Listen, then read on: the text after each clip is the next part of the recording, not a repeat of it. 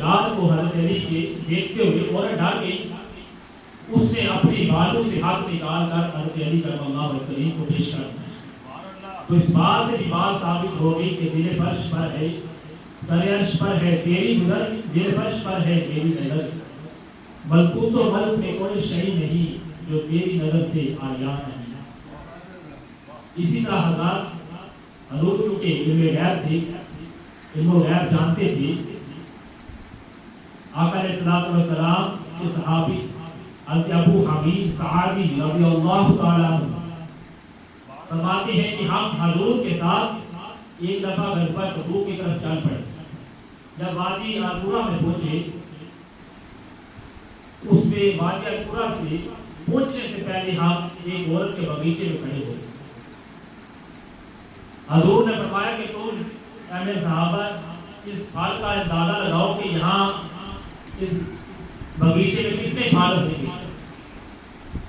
ہم نے ایک اندازہ لگایا, صحابہ کرام کہتے ہیں حضور نے بھی اس کا اندازہ لگایا 10 کوس.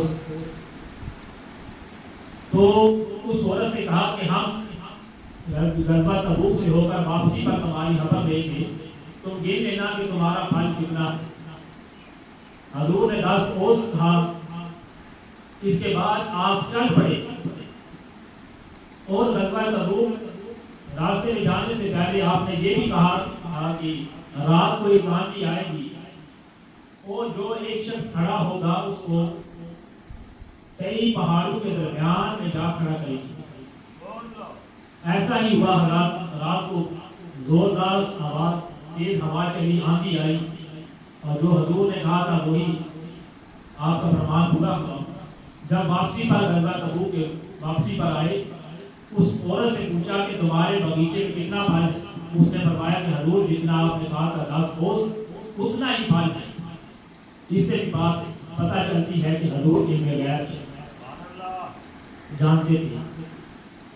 اسی طرح حضرت ایک عرابی تھا, اس نے اپنی آستین میں کچھ چھپا کر حضور کی بارگاہ میں پیش ہوا. کہنے لگا کہ یا رسول اللہ صلی اللہ علیہ وآلہ وسلم, اگر آپ بتا دیں کہ میری قمیض کے نیچے کیا ہے تو میں آپ کو نبی بھی مانوں گا, آپ پر ایمان بھی لاؤں گا.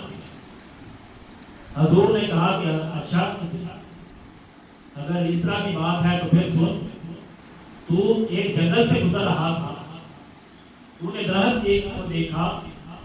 ایک درخت ایسا تھا جس پر کبوتر کے 2 بچے تھے, اور تو نے ان بچوں کو اٹھا لیا, پکڑ لیا,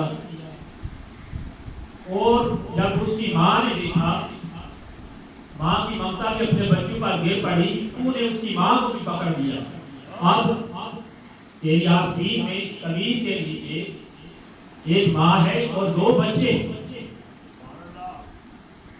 جب اتنا کہا تو حضرات وہ عرابی مان گیا اور قدموں میں گر پڑا کہ یا رسول اللہ صلی اللہ علیہ وسلم مجھے کلمہ پڑھا دیجیے. کلمہ کعبہ پڑھتے ہوئے لا الہ الا اللہ محمد رسول اللہ, وہ بھی مسلمان ہوا. اس لیے سر عرش پر ہے تیری نظر, دل فرش پر ہے تیری نظر, ملکوت و ملک میں کوئی شے نہیں جو یا رسول اللہ تیری نظر سے آیا ہے. حضور کو اللہ تعالیٰ نے علم غیب عطا کیا تھا. حضور علیہ الصلوۃ والسلام جنگ موتا کے موقع پر آپ نے یہ احوال بتا دیا, صحابہ کرام کے ہمراہ تھی. آپ نے لوگوں کو نصیحت